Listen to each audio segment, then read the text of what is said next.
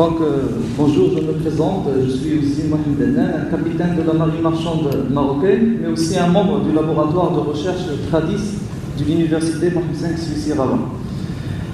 Alors, je souhaite réitérer mes remerciements à l'ensemble des conférenciers ainsi qu'à l'ENAM d'assistance. Et en tant que maritimiste marocain, le Maroc siège parmi les 40 États membres de l'Organisation maritime internationale. En effet, il est membre depuis très longtemps, mais il convient de préciser qu'il est au siège, c'est-à-dire il est au panel des 40 États depuis 2 mandats successifs de 2 ans.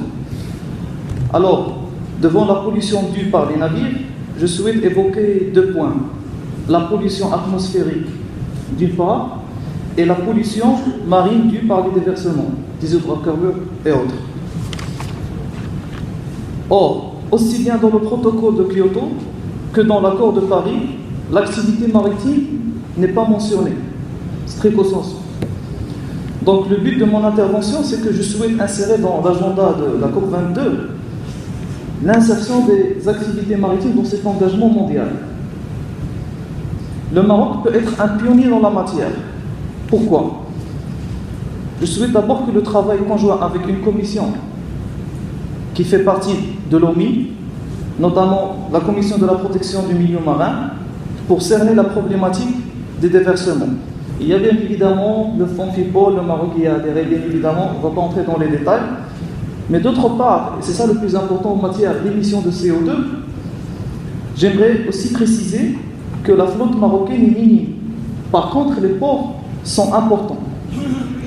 Et dans la COP22, le Maroc peut jouer un point important dans la matière. On peut penser à ce que le Maroc soit une locomotive dans le processus de décarbonisation des transports maritimes. En dernier lieu, je suis ici présent parmi vous par la chance que l'Académie du Royaume du Maroc a donnée aux doctorants.